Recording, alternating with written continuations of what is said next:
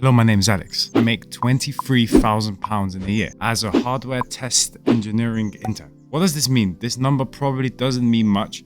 So in this video, I'm going to explain what this number means, how much money I spend, where I live, how expensive it is to live here. Let's get into the video. So I pay £750 for my accommodation, my house or my room. This is bills included. So yeah, for £750, I get a room, and this is in a house share with 6 other people. It's not the best place. I mean, I can't complain though, because at least my roommates are not a bunch of waste men. Yeah, they do the dishes, so you know, you can't complain. So this is my room. It's not too bad. This is a Hoover which doesn't work. It's a bit sad. This is my kitchen. Maybe if you've watched my vlogs, you would have seen my kitchen. I guess the kitchen's not bad. We've got a garden. This is where I shot the video. As you can see, there's my script. Last thing is somewhere to poo, somewhere to shower. Yo, the rest of my roommates basically live up there. That's it. That's my £750 a month. And I live in a really good place. So I live just outside Jesus Green. I live basically bang in the middle. I'm not going to give you my address because that's a bit weird, but I'll give you like a rough area of where I live. I live in a good spot next to the center of town. £750 a month. It's a bit steep. So out of these £23,000, I am left with £14,000. So 40% of my whole salary goes onto just having a roof over my head.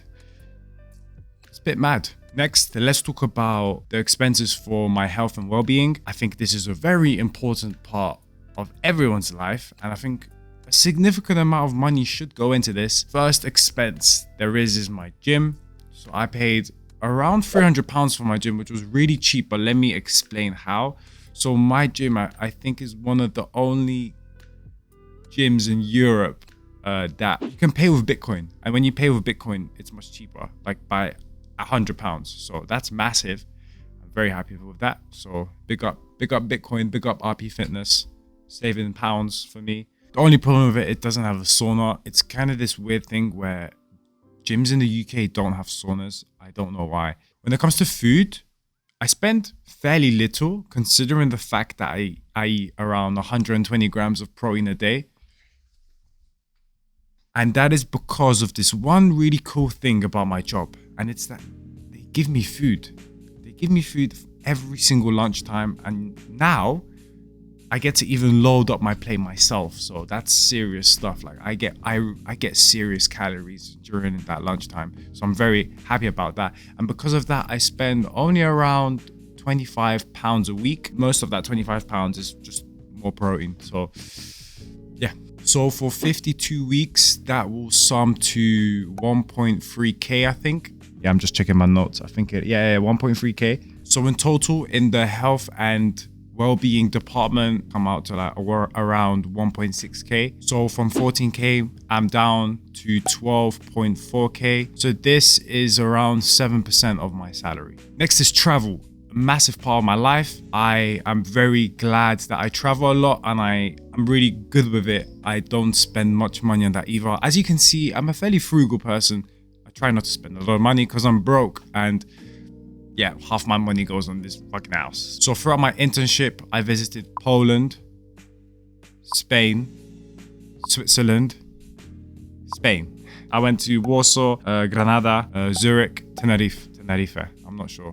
And for reference, or for background, I bought the very cheap Ryanair Wizz Air tickets. So none of my return tickets came out to be more than £80. And most of my trips averaged to around 3 days. So they weren't big trips. Like I think in Tenerife, I spent like 4 days, which was the longest one. So hence the reason why. And the total of these 4 trips comes out to 1.5k. So that's not bad to visit 4 countries for 1.5k.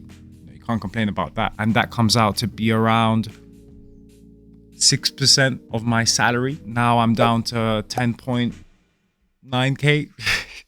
Sorry guys, I can't get all these numbers from the top of my dome. So the last category is the miscellaneous category. I only know this word from Minecraft. I know everyone spends money on random things, right? Fucking bad. So the first big expense that I got myself is a Google Pixel 7 Pro. Great phone. I used to be a Apple guy for literally 10 years and I switched because it's a really good phone. It does really good AI stuff. Pictures are great. Highly recommend the phone. But yeah, that cost me £750. Bit steep, but had to be done. I got the watch for free though, so I guess shout out Google. I also travel to London fairly often.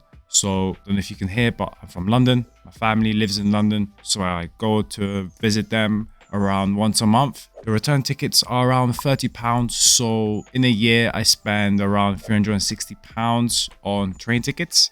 So we are now on 1.11k in the miscellaneous category. And let's factor in some really random purchases like McDonald's, eating out, buying random stuff. And let's round that up, all this stuff in the miscellaneous category, to 1.5k. So adding my phone, my train tickets, and random stuff. 1.5k this year. That sounds about right. And that takes me down to 9.4k. Damn. Subscribe, please. Now let's plot a pie chart maybe. Let's do some data analysis, so let's do some statistics. Let's represent all this data that I've shown you to a nice pie chart. It's really hot. It's actually like 27 degrees today in Cambridge. So yeah, it's a bit mad. So yeah, as you can see, I'm a fairly frugal person. I don't really spend too much money on random stuff. Like for example, clothes. I don't spend money on clothes. My mom still buys me my clothes. I know it's a bit childish, but what can I say? Don't get me wrong. Like I still got drip. Yeah, I don't really wear Gucci, Armani, all of that stuff. I'm not about that life. I wear the same H&M jeans for 3 years and I'm not complaining. One thing I didn't consider is tax. Probably should have, but I wasn't thinking about that. And I think I might be in this very special situation in the UK where I might not have to pay too much tax, and the maths on that would be too complicated. So I'm just not going to include it. I should probably give it a look though. That's the end of the video. Thank you for watching. And if you enjoyed the video and you stayed to watch all of this, then you should probably subscribe, huh?